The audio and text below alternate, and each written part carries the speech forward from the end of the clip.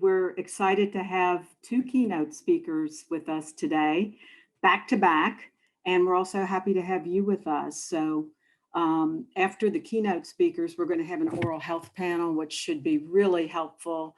So don't change that dial. Our first keynote speaker is Betsy Furler. She lives in Houston. She's a fellow Texan. I'm in Austin. She is founder and CEO of For All Abilities. Her talk is titled Developing Your Superpower, Advocating for Your Child. This is something that Betsy knows very well. She is a mother. She advocated for her child. She also is an entrepreneur. And in her business, she helps make workplaces more accessible to all workers, regardless of their ability level.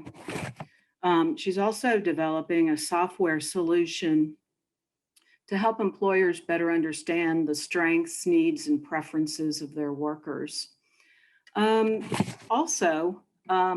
She gave a TED Talk that I saw online in which she spoke about thinking beyond the dis and disability. So she will take questions after her talk. And just as a reminder, at the bottom of your screen, there's a chat. If you could put your questions in the chat, or if you want to raise your hand, I will try to see that and call on you. Anyway, I'm really looking forward to hearing from Betsy. And without further ado, I will now turn the program over to Betsy. Hi, everybody. I'm Betsy Furler. I am so excited to be here today to talk to y'all. My topic is called Developing Your Superpower, Advocating for Your Child. I live in Houston, Texas, and I have two boys, Henry and Sam. My topic is a little emotional to me because Henry passed away in December at the age of 22, but I wanted to tell you how I got him to 22 years of age. Henry was given a year to live when he was about 6 months old, and we got many, many more wonderful years with him. And a lot of it was because I really advocated for him from a medical perspective, and I would love to share that with all of you so you can all feel like you are doing the most for your children also. So I'll tell you a little bit about myself first. I'm a speech pathologist by training, and I was a speech pathologist before Henry was born. I specialized in feeding therapy early on in my career, and then I moved into autism and then using technology with people with disabilities. I currently am the founder of an organization called For All Abilities, and we are an organization that helps businesses help use their employees to the best of their abilities, really how to use their employees' superpowers to do the best job they can. My company has a software that's an assessment tool that looks at how everyone in the workplace deals with their environment, as well as how they learn and how they think. It's really focused on neurodiversity like ADHD, dyslexia, learning differences, and autism, and also addresses all other disabilities, as well as those people out there that aren't diagnosed with anything, but we all have our own strengths and needs. I'm an advocate for everyone using their superpowers. And I was lucky enough to get to do a TEDx talk in October of 2020 about using your superpowers. And it was so much fun to get to do that and really talk about, especially people with cognitive and neurological differences and how valuable they are to society and how important it is for us all to be able to use our brains in the unique ways that they were meant to be used. So that's a little bit about me. As I said, I have two sons. So Henry was born in 2003. He would be 23. And then I have Sam, who's 17. And we live in Houston, Texas with my husband, Eric, and their dad. And I went to Austin College up in Sherman, Texas. I was a psychology and sociology major. I knew I wanted to help people, but I didn't know what I wanted to do, and ultimately became a speech pathologist. My 17-year-old Sam is a very, very typical child. He's an athlete. but he also happens to have the same unknown genetic disease that Henry had. Sam just has a super mild version of it. So I haven't had to advocate for him as much as I did for Henry, but I did warn him the other day that now that Henry is an angel, all my attention is focused on Sam. And I think I scared him a little bit with that. So in the early days of Henry's life, I guess I should start with the very, very early days. So I used to think I was in control of my life. And so I planned my pregnancy with Henry. I knew that I wanted a baby born in the spring, so he would not be the oldest child or the youngest child in the classroom. I had I was very, very strategic on when and how I got pregnant. And that worked well. I did get pregnant when I planned on it. That's when everything started spiraling completely out of my control. So at about 4 weeks, I found out I was pregnant. And then at about 6 weeks, I started bleeding and having cramping. And I went into the emergency room and they told me I was having a miscarriage. And but I didn't ever really have a miscarriage. I went to my doctor, my OB, and he said, "You women drive me crazy thinking you're pregnant when you're not." And I was so upset. I'd already done, 50 pregnancy tests probably at home. And I desperately wanted this child. I always wanted to be a mom from as long as I can remember, from being a little girl. So I changed OBs, went to the next OB, and I was indeed pregnant. It's now thought that I actually had a twin pregnancy, and I miscarried Henry's twin, and Henry stayed in utero. So, we went on, and obviously the first trimester was difficult, and I also had a lot of morning sickness. And then the second trimester was difficult, but okay. And then at 28 weeks, I went into full-blown labor, and that I thought I was going to have Henry, and the doctors did too. And when I got there, they showed me the NICU and, said the baby's going to be 28 weeker. This is what's going to happen. Well, Henry had other ideas. And so he actually stayed on board for 8 more weeks. I was on complete bed rest. So it was in 2002, 2003. I was on complete bed rest with him. And I did have a cell phone, no internet. I think we had dial up at a desktop computer, and you could barely search anything, but no Wi-Fi or anything like that. I ordered everything from his nursery, from a catalog. I love photos and I love clothes. And so it was very important to me what clothes he had when he was born, what his nursery was going to look like. All of that was so vital to me. Anyway, he was finally born. I obviously had to advocate for myself a lot during that pregnancy, but I still wasn't prepared for when he was born. So when he was born, he seemed to be typical, and he was born at 36 weeks, but he was 6 pounds, 7 ounces, good sized baby, a beautiful, beautiful baby. And he started having blood sugar issues at birth, but really didn't have anything else until about 24 hours of age, when he stopped breathing and had a blue spell and was taken off to the nursery. And they still thought that he was typical, that he was fine, he was healthy. But it was, just one of those flukes. And after all, he was a 36 weeker and all of that. So took him home. He was a horrible eater. I was a speech pathologist specializing in feeding at the time. I knew how to feed a difficult baby. I was trying to breastfeed. I was pumping and bottle feeding, pumping, bottle feeding the breast milk, trying to breastfeed, then pumping, and that crazy cycle that I'm sure some of y'all have been through. And the first time I really had to advocate for Henry was at 3 weeks of age. He was rehospitalized because he hadn't regained his birth weight yet. And the doctor said, "You've just got to try harder to feed him. You're just not trying hard enough."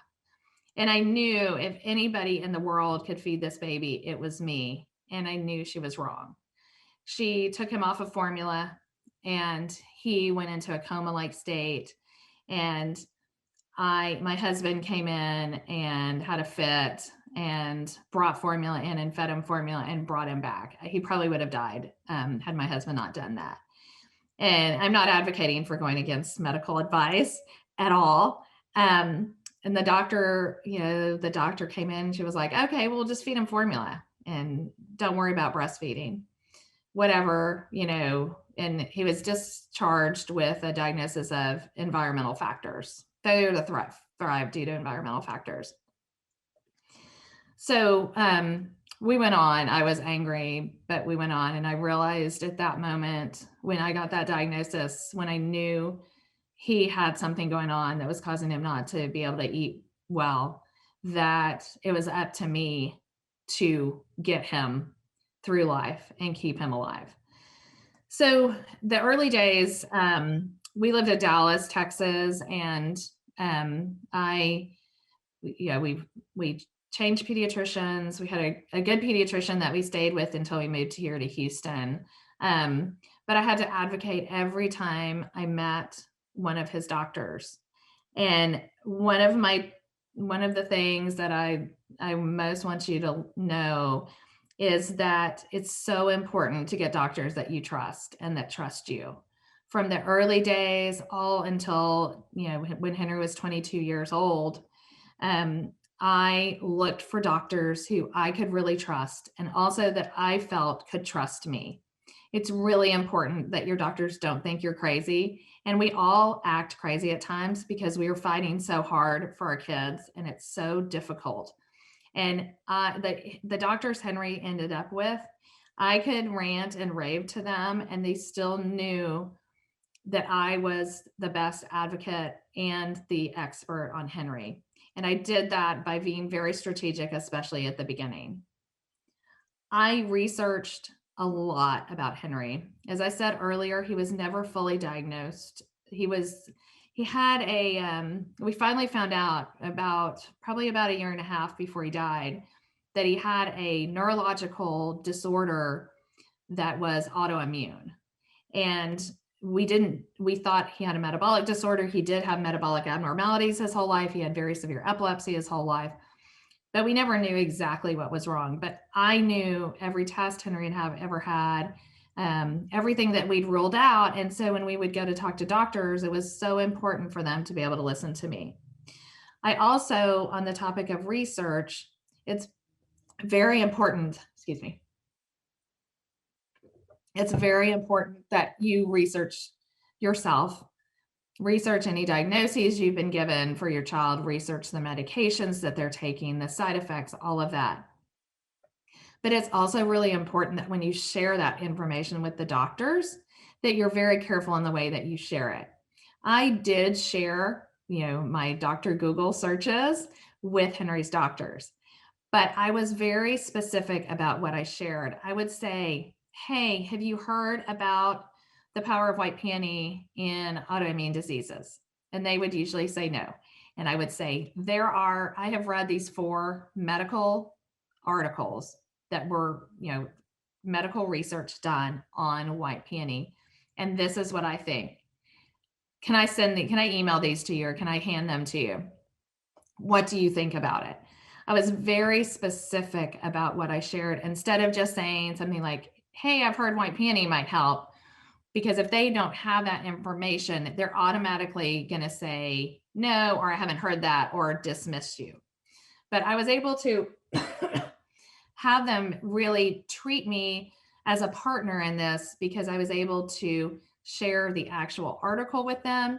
And it came across as being a much more systematic and well-researched endeavor that I was on. I also researched doctors that Henry went to. I knew where they went to medical school and what their background was and what research they had published. Now, I'm a big networker, both business and personally, and so I do this all the time. I always try to find similarities and things that I can talk about with people. And with his doctors, it was important to me. I wanted to know that they went to a reputable medical school. I wanted to know what their research was and make sure it wasn't something that was really totally different than what was wrong with my child, even if they were a specialist in the area we were looking at. I also hired slow and fired fast. So you hear of this a lot in the business world, but I think this is one of the best things you can do to advocate for your children medically. What I would do is I would find out about a doctor. If we had to go to a new specialist, I would research them, obviously ahead of time. I didn't always take all of the negative things that I saw to heart. Like if I saw something negative, it didn't rule them out for me entirely. But when I met them, as we all know, it's so hard to meet a new doctor because you're having to share your entire child's life story, and it's complicated for all of us. And it brings back bad memories, and it's traumatic. And so I wanted to make sure that it was somebody that I thought was a reasonable guess, hope. Now in the hospital, you can't do this. I'll tell you what I did there too. But if we were seeing someone outpatient, I would research ahead of time, and then I would go. I would have a list of Henry's diagnoses and a short-ish list of his medical history. So for Henry, that was a page, page and a half, 2 pages, 3 pages, and his medications, which was a whole nother page. So I had all of that printed out for the doctor. You can't really rely on email because, they don't always get their emails and everything. So I would just print it out and give them a hard copy and ask them if they wanted me to email it too. So I would go in and tell them about Henry, and I would gauge what they would say. I would gauge their body language. I would gauge if I felt like they were willing to put their whole heart into taking care of Henry. Henry wasn't easy. He wasn't straightforward. Nothing about him was simple. For instance, Henry had infantile spasms and had seizures throughout his life, severe tonic-clonic seizures, absence seizures, all the seizures. And he was about to graduate from college when he died. And he shouldn't have ever been able to get that far academically. He was brilliant. He was not just brilliant, but he was academically brilliant. Henry researched the Holocaust and genocide studies. He was an expert on that. He was an expert on so many different things. He was well-spoken. He looked completely like a typical person, not like someone who was as sick as he was. And it was so hard for the doctors to see how well he was doing and understand how sick he was. And I could frequently fire fast or hire slow when I could tell a doctor either wasn't interested in the complexity or couldn't wrap their head around how this child could be doing so well in one area and so sick in another. So I would hire slow. So I would, after that first visit, I would gauge on how that doctor seemed to communicate with me, how they communicated with Henry. Like I said, whether I thought they were all in. I didn't ever want to beg a doctor to take care of Henry. I wanted them to be willing to do it. I learned very early on that begging people to see him did not work out well for us in the end because it was a doctor who wasn't all in. And when you were taking care of Henry, you needed to be all in 100%. If they were too busy, it wasn't going to work out for us because we needed somebody who would be able to take the time and the care to do the right thing for him and to do the research that we needed. If a doctor disagreed with me, I didn't always fire him because sometimes we have different opinions with lots of different people. If they couldn't listen to my side or they wouldn't listen to my side or they were disrespectful to Henry, then I would fire them. Henry's quality of life and his respect was the most important thing to me all through Henry's life. I do have to say that the other part of Henry's life is that we sent Henry to school, clearly. We allowed Henry to go to summer camp. We let Henry stay with other people. Henry even lived in a dorm in a college for 2 years, 200 miles away from where I was. I had other medical advocates for Henry. So he would go, he was in Boy Scouts, he was an Eagle Scout, and the Scoutmaster happened to be a pediatric intensive care nurse, which was great. But we also didn't just assume he would know what to do. We trained him on Henry. any family he would go with was trained on Henry. As Henry got older, he always introduced me to all of his friends. And so they were all trained on how to take care of Henry and how to call me. And I was always available at a moment's notice for whoever Henry was with. When Henry went off to college, we had a friend who is a physical therapy professor who was a durable power of attorney for healthcare for Henry, as well as my husband and I. And she was in Austin where Henry went to school. So she could always be there just in case I couldn't get there fast enough or they couldn't get me on the phone or something would happen. We had her as a backup medical advocate for him. I totally trust her. Obviously, I completely trusted her with Henry's life, and I completely trust her in general. And I think it's really important to think past yourself and think about who else might be able to advocate medically for your child in case you need someone else to step in there and do that. Not just in the event of your death, prior to your child's death, but also just in case you're not available, just in case you have some medical problem and you're unconscious and your child needs somebody to make a decision. I always felt good that I had Mary Elizabeth as that backup. I'm looking at my notes. Our primary care doctors early on in Henry's life were not quite as important. Well, really early in Henry's life, they were really important. At the end of Henry's life, they were really important. Kind of in the middle, we had a lot of specialists who kind of took on Henry on their own, especially his neurologist. He saw about 8 specialists, and his neurologist was very important. His cardiologist was very important, and they all communicated with each other. It's so important to try to get them to communicate as much as you can. It's probably the hardest thing to do, but it's really important. Or if they won't communicate with each other, if you can share the notes from one visit to the next, or at least tell each doctor what the other one is doing, that's very, very important. At the end of Henry's life, his PCP was so valuable. We had changed the medical to the adult world when Henry was about 21 and he died at 22. So we hadn't been in the adult world too long, but he had this wonderful PCP who helped coordinate all of his specialists and was really such a blessing. And Henry was actually pretty healthy when he died. Ironically, he died of SUDEP, sudden unexplained death, and epilepsy. So he had a seizure in his brain, turned off basically, but he was getting really healthy. But his PCP totally embraced everything about Henry and was willing to go the extra for him, and even signed his death certificate in the end. He died in our home. And because we had such a great relationship with her, we ended up, the medical examiner didn't have to take him, and she signed his death certificate. So that saved us so much grief and so much additional trauma. So primary care doctors can be very, very important. And she got him the treatments that really made his last 2 years of his life, a year and a half of his life, really as high quality as it could have been. In my advocacy, my aim was always to have the best life possible for Henry. And I wanted that not to just be quantity of life, but quality of life too.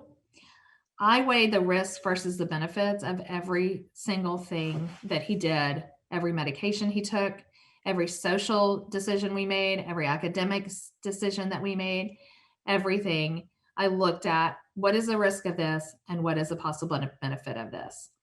We asked for med changes very quickly for his epilepsy because Henry was very bright and he enjoyed watching like the History Channel and the Science Channel.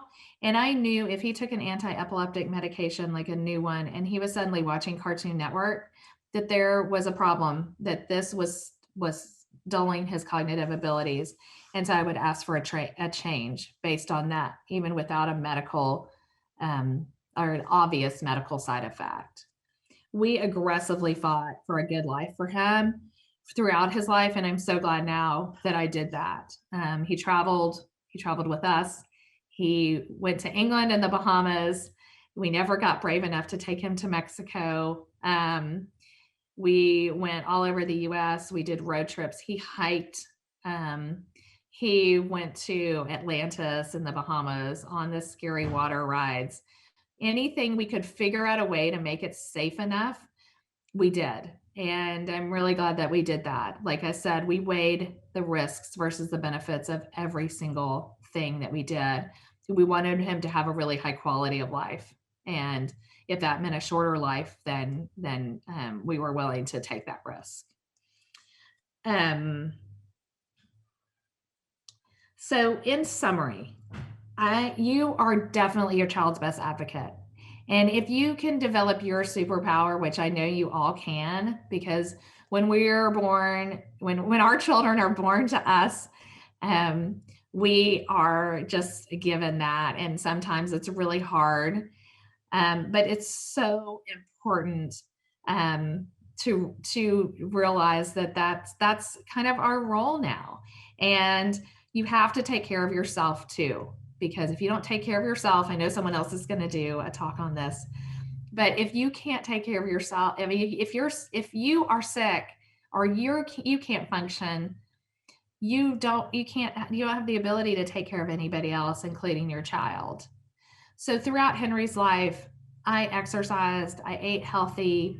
I had my own business. I've had several of my own businesses, worked as a speech pathologist for a large part of Henry's life. I slept. Sleep is one of my superpowers. So I am blessed to be able to sleep. But it's really important to have those things that you can fall back on, to have friends that you can talk to have a hobby that you can do to relax, whether it's reading or, I know at some of the worst times in Henry's life when he was so sick, all I could do were word searches because I didn't really have to think about it. And I could just kind of turn my brain off and do that. It's really important to take care of yourself so you can advocate for your child to the best of your abilities. I believe that you can use your superpowers to help your child live as high a quality of life as possible. Work as a team with your doctors. Make sure they know that that is your goal and that you're not standing for anything less. Sometimes doctors would say things to me or recommend things, and I was like, would you choose that for your child? And frequently they would be honest with me and say no. And I would say, yeah, I didn't think so. That's not going to improve my child's quality of life. One of the things they wanted to do very early when Henry was an infant is they wanted me to drop an NG tube for him to get formula straight from his nose through the tube to his stomach. And I was a speech pathologist at the time, so I guess I could have done that. Although it's not really within our job description. And I said, no. I said, it's going to gag him. And he's going to learn that having a full tummy comes with this negative gagging. And that's not going to serve him from a feeding aspect long term. Would it have gotten the calories in the short term? Absolutely. But I said, not willing to do that. I'm open to doing a G tube or a button, but I'm not dropping an NG tube every time he needs to eat and then taking it back up, which was what their suggestion was. It's like, I'm just not doing that. That doesn't lead to his quality of life. That doesn't make for a good life for him. So I'm so thankful that I was able to have a great medical team for Henry that worked with me throughout the years. And they worked with Henry too. Henry really, I started teaching him at 2 years old to know which medications were his and which weren't, and to speak up if somebody was trying to give him medicine like in the hospital that he wasn't something that he was used to. And because of that, Henry led a really full and happy life, even with extremely challenging and significant life-threatening medical problems. His medical problems went on and on and on. And if you met him, you would have never known what he was dealing with, because he did have such a great quality of life. The only other thing that I want to kind of leave you with also is to talk about friends and family members. Friends and family members can be difficult to deal with because they don't understand the challenges that we face and the challenges that our kids face. And they often won't say anything because they don't know what to say, or they don't know what to do, or they're scared. And I want to encourage everybody to bring those people in as much as you can. There are going to be some who don't want to be involved, or who can't be involved because of their own limitations.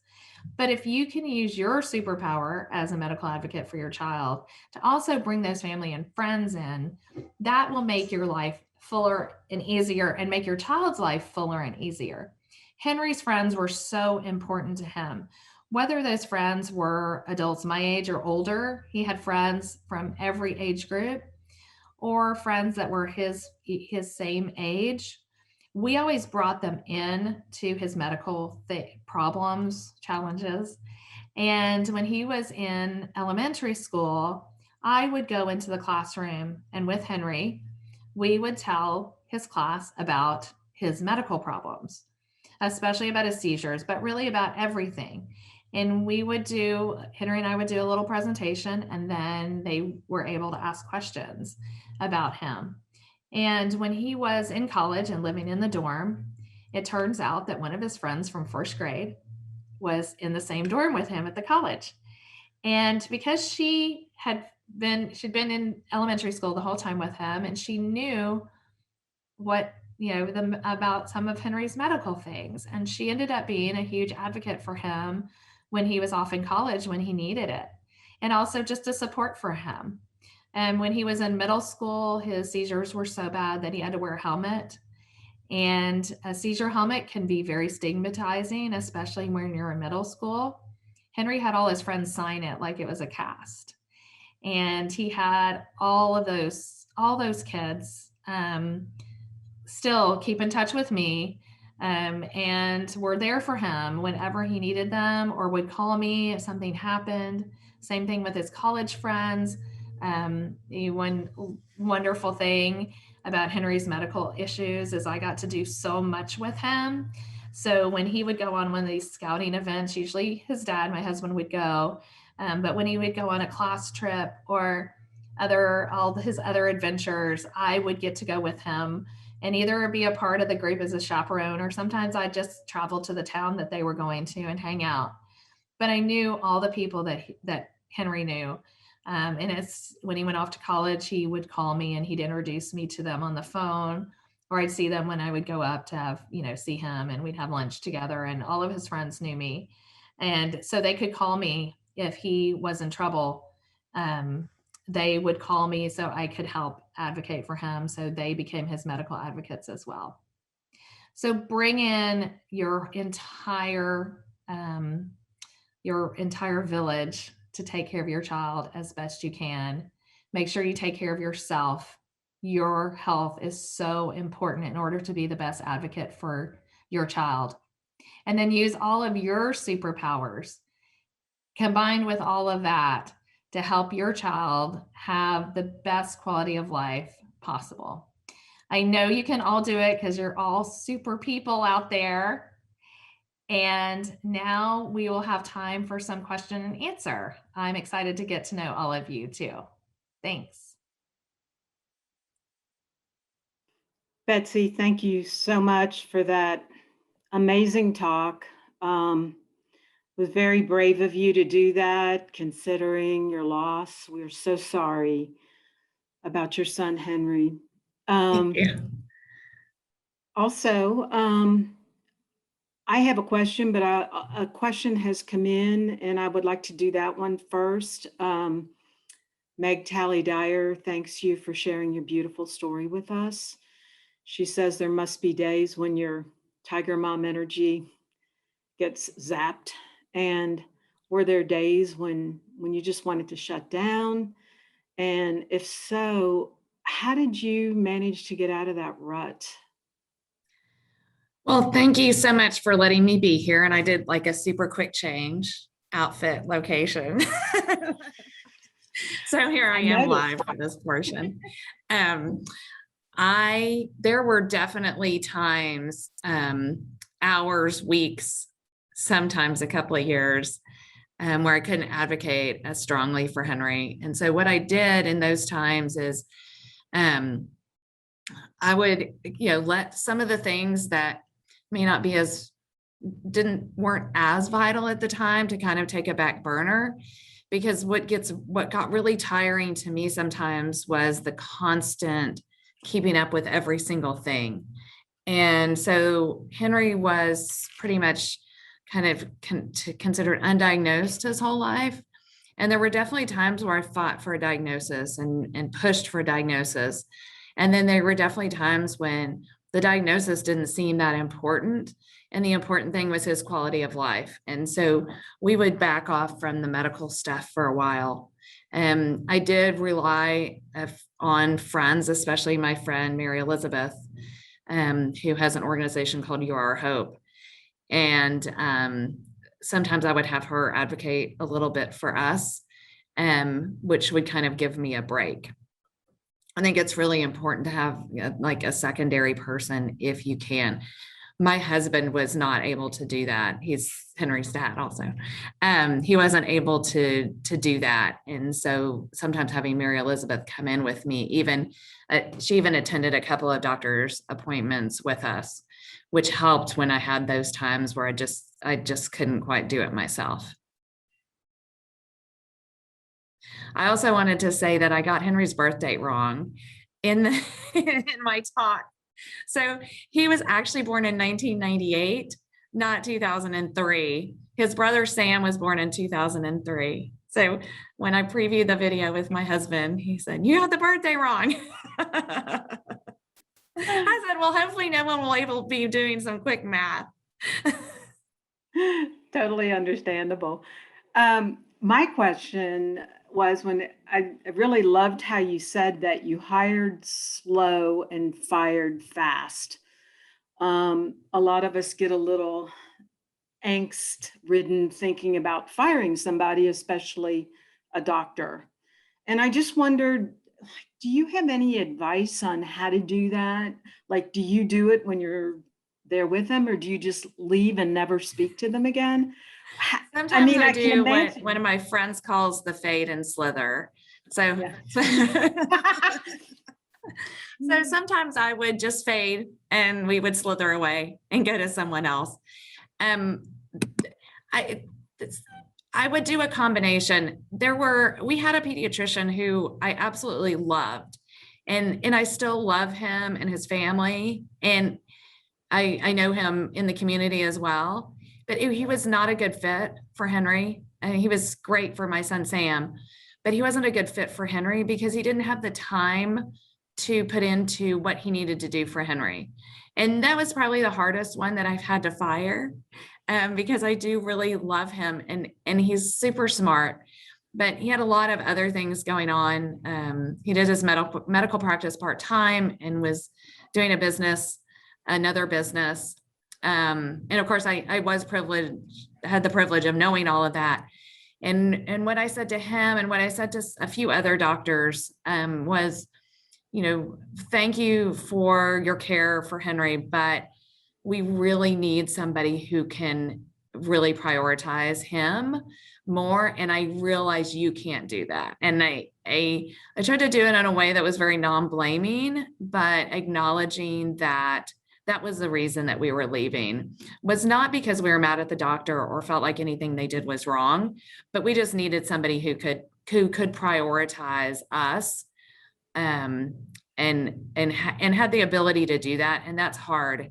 Henry's last primary care doctor, one of the greatest things about her was she was really new when Henry started going to her. She'd only been practicing for like 6 months. So she was young and new, and sometimes that can be a problem, but she had the time to spend on him. And she was super smart and super empathetic and just wonderful. And really, I think I really identified with Henry. They were really kind of close to the same age when she started seeing him, because she was, primary care doctor, pretty soon out of her residency. So she had the time to research and to really think about Henry and connect him to the right specialists. And she was so valuable. And I can't remember if I mentioned this, but she also signed his death certificate. So we didn't have to have an autopsy.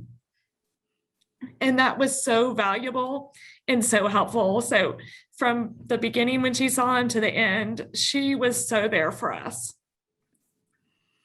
Thank you. We have another question from someone who wants to know, how did you manage to make those different doctors communicate and constantly keep in touch, keeping an eye on Henry?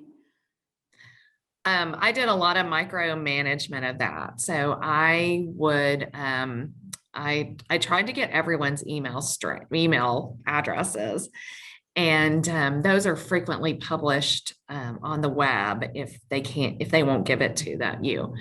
Especially the doctors that are associated with medical schools, which I think most of us are specialists. At least, the majority of our specialists are associated with medical schools. So I would do group emails with his most important specialists. I would try to get them to talk to each other on the phone. That didn't always work out that well, but I would try to get them to do that. But I found email was the easiest way, or I would forward emails on from one specialist to another. They didn't always love that, but they pretty much knew Henry's doctors either loved me or hated me. And so they pretty much knew what they were getting into with me. And I was pretty open with them about, okay, I'm going to send this on to Dr. So-and-so. Or like I said, try to get them all into an email group together. We've got another question I think is probably on a lot of people's minds. And how do you transition, or what kind of advice do you have for making the transition from pediatric care to adult care for your child? So we did that reluctantly. We all have to do it. It was really hard. Henry, we started when Henry was about 18. I did beg the children's hospital systems to keep him as long as they would. And they kept him until I think he was about 20, when we had to really make the full shift. We did keep some pediatric specialists, and there were some pediatric specialists that did keep Henry, that did not keep other children or families. And I believe part of that is because they liked us. And I think part of advocating for your family, for your child, is trying to be as likable as possible by still being strong, which is really hard and a fine line to walk. But we slowly transitioned. So the cardiologist that Henry saw actually saw adults and children. So that was great because we kept him through the whole time. And then when Henry's Medicaid changed in Texas at the age of 21, there were some of the specialists that we could no longer see because they were not on his adult Medicaid, but had been on its pediatric Medicaid. But we changed the cardiologist we got to keep.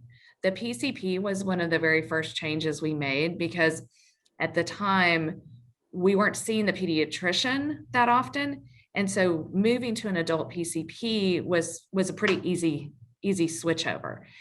And now I can't for the life of me remember how we got to our wonderful PCP. Someone referred us to her. Then she started referring us to specialists in the adult world. And I kept the pediatric specialists while switching over to the adult specialists. And I didn't officially stop seeing the pediatric specialist for Henry until I knew I had an adult specialist to take their place. His pediatric neurologist, at Henry's time of death, Henry had two pediatric neurologists and 2 adult neurologists, and they all worked together really well. They happened to have all trained together kind of overlapping in their residencies and internships. And so they all were friends really. And that worked out really, really well. And then as we added new specialists, we just went with adult specialists from the age of 18 on, which is what they really want you to do, but it's hard.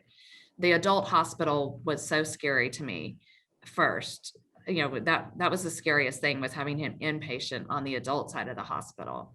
And I will say the pediatric ER is much better than the adult ER, but I actually really enjoyed the adult floor at the hospital, or the adult hospital, because they were they were not used to mom doing everything. So when Henry was in the pediatric hospital, I was expected really to take care of him the whole time. And the nurses were kind of just there to assist me. And Right. on the adult side, they weren't used to that. They were used to people being there by themselves. And so having him in the adult side of the hospital was actually much easier. And he was really special to them. He was really special. I'm going to show pictures of him. He's really charismatic. And, but he was even more special at the adult hospital, because they weren't used to young people. So they were really excited to have a young patient, especially on the neurology floor. Everybody else there was like 85 and older. And so for them to have Henry there, they really enjoyed having him there. And that made my job easier when he was in the hospital. We've got several new questions that have come in. On a different Q&A, someone asked a really interesting question. How did you talk to Henry and explain to him what was happening to him? And at what age did you do that? I started when he was 2, really talking to him about his medical problems. Henry was really unusual. He was absolutely brilliant. And the brain he had should not have allowed him to be brilliant like he was. He had infantile spasms, which are, can be very devastating. And Henry ended up graduating from college. He just graduated posthumously on Sunday. So I started at a really young age talking to him about his medical issues. It was hard at times when he was younger, because it's like you don't want to scare them, but you want them to know what's wrong. So he always knew his diagnoses. He did not always know what the prognosis of that could be. Later, Henry started researching his own medical problems, which was both good and bad, because he could scare himself at times. And he did know he had life-threatening problems, and he did talk to me about death prior to his death, even though his death was unexpected. We knew he was going to die someday. We did not know it was going to be that day. We didn't know it was going to be in the next 2 years. He had sudden unexplained death, and epilepsy is what actually killed him. So it was really, that was hard, but we were very open with him, and I was very open with him, like from about the age of 2 on. He was an early talker, so he was always already talking at that time, and he could explain his condition probably when he was about 6 years old, and probably at 4 he could say the words. So, my advice, I'm a speech pathologist by training. I'm not sure if that was in the intro or not, but my advice as a professional in the area is, if you have a child who is at the 4-year-old level, that to have them be able to say what their diagnosis is really important, because then they can advocate for themselves, especially in the case of an emergency. Excellent advice. 2 related questions. One was, what age did you explain Henry's condition to your Sam? And the other one is how did you explain or present his condition to the class? And what did you say in elementary schools? So poor Sam, and I'm gonna start sharing my screen. I'm gonna show you Henry's pictures. Oh, I can't share. Oh, it's disabled. Maybe sorry. I'll keep talking and then I'll share in a minute. Okay. So Sam is 6 years younger than Henry and was born into this crazy life that we had. And Sam I think around probably around trying to think, probably at around the age of 4. Henry had a really smooth time in his life from about the age of 6 to about the age of 8 or 9, which was great because that's when Sam was born. And Sam actually probably genetically has what Henry had, but a much milder version. But we had a rough first couple of years with Sam as well. He had a lot of food allergies and was on Elecare Elecare for the first 2 years of his life. No food, didn't eat solid foods till he was 2 years old. Sam was a little later with his developmental milestones. And like I said, he was a little bit like Henry was not as sick at that time. So it was probably at about 4 that we started talking to Sam, and Sam developed a huge interest in neurological disorders. Loves movies still at 17, loves movies about neurological disorders, is so fascinated with autism, with seizures, is very fascinated with Parkinson's disease. So he probably at about 4, when Henry was, I don't know, Sam was probably 6, so Henry was about 12. He had a video EEG, and we were in the hospital for 7 days with that. And I wanted Sam to spend the night with us, and the nurse was giving me a hard time about that. And she said, what are you going to do if Henry has a seizure and Sam's here? And I was like, that's not what we do every day. Hello. Mm-hmm. Sam lives there with him. Sam ended up knowing all about Henry's condition. And I did that really with the same thing with the classroom. So in the classroom when Henry was little, we would say, Henry's brain is different than your brain is. And his brain often has seizures. And we would say, normally your brain can do all sorts of different things at the same time. And all the brain waves can do all sorts of different things, and they're all acting all by themselves. But when all your brain waves do one thing at the same time, it makes your body not work right. And that's a seizure.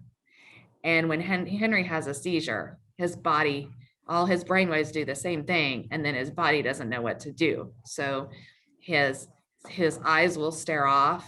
And Henry always did this when he had a seizure. I don't know if you can see, but this arm was in and this arm was out, and then he would shake.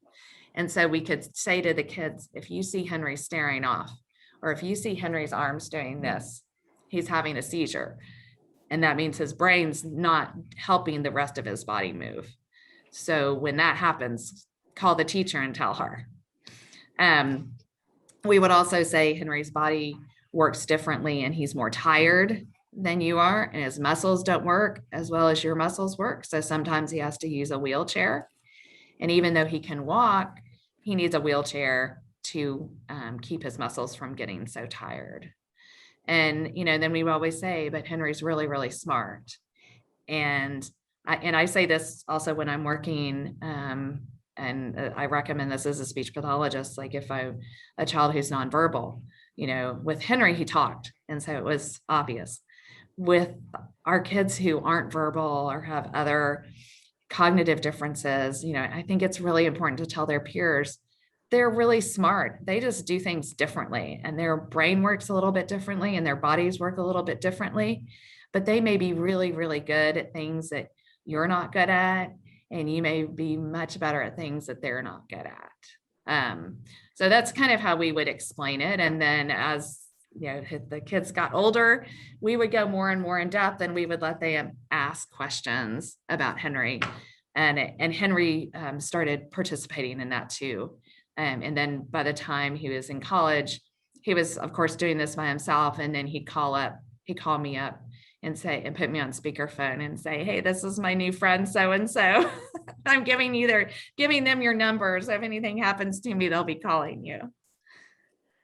We've got about a minute left here, and there's been several people who said they loved signing the helmet in the elementary school.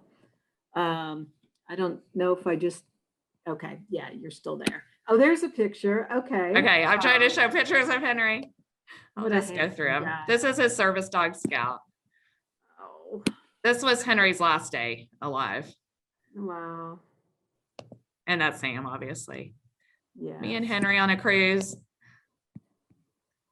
Hospital. Infant. And that's what he spent most of his infancy doing. Oh, what a beautiful child. Thank you. So in the half minute that we have left, we've had a question for a while about how you found a PCP, what you did to find one to take care of him. If you can just give us the quick, long and short of that, that would be great. I ask a lot of questions. I ask other families and I ask other specialists. So I would ask doctors, his current doctors, like, hey, who do you know? I want someone really, really smart, but they've got to have good social skills too if they're going to be the PCP. I didn't care about the social skills as much with the neurologists and the other specialists, but for a PCP, I needed somebody who had good social skills, who was able to chat with me. And when I'm really into clothes and fashion, and it's one of my escapes. And one of my favorite pediatricians of his, as soon as I saw her, she was like, oh, is that a Rebecca Minkoff purse? And I was like, hired. Well, that's very scientific. Exactly. Well, Betsy, I really enjoyed your talk and hearing from you, and all of your advice, just excellent. Sorry to the people whose questions we didn't get to. We're limited here, and we're going to take a short break and reconvene in about 15 minutes. Probably people need to get some water or another cup of coffee or whatever. But Betsy, thank you so much. Thank you for your bravery, for your openness, for taking your time and to spend it with us today. We really appreciate it. Thank you. And y'all can follow or friend me on Facebook if you'd like. It's Betsy Walling Furler, but Furler is a very unusual name. And I do write a grief journal every day that I publish on Facebook, and you'll learn more about Henry and me than you ever wanted to know, and see my clothes. Thanks, Betsy. Thank you. Bye. Bye-bye.